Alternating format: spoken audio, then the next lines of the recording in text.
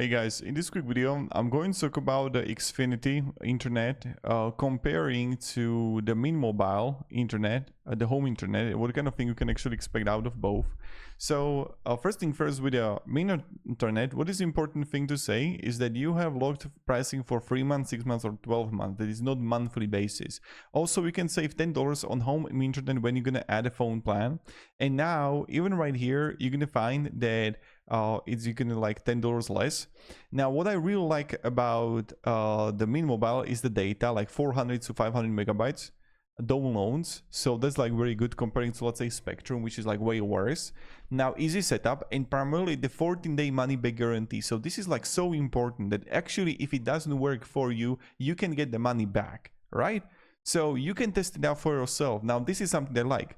Now what I don't like is location dependent performance. Is that yes, it's very good that it had connected to T-Mobile towers, and you're gonna have like soft cap about 1.2 terabytes. So that's for the Min Mobile, what you actually like need to know. It's like good, right? Now the Xfinity on the other hand, but we're gonna look right here. What I like about it is that you're gonna find 5-year price guarantee, no contract. So this is like huge advantage, where you're gonna find $40 a month. So the pricing is kind of similar. And then you go like 1 gig here. So maybe you would like even that, that for example, I don't know if you'll get like neighbors, what kind of thing they are using, if you're actually like connecting with the neighbors, if you're out talking with them. So for me, like even the Xfinity is good. I'm not going to say like it's a bad thing.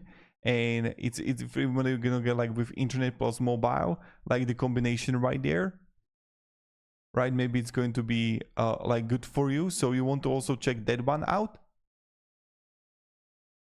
But still, it's like even here, it's like it's possible for the 300 megabytes where you can like build a plan,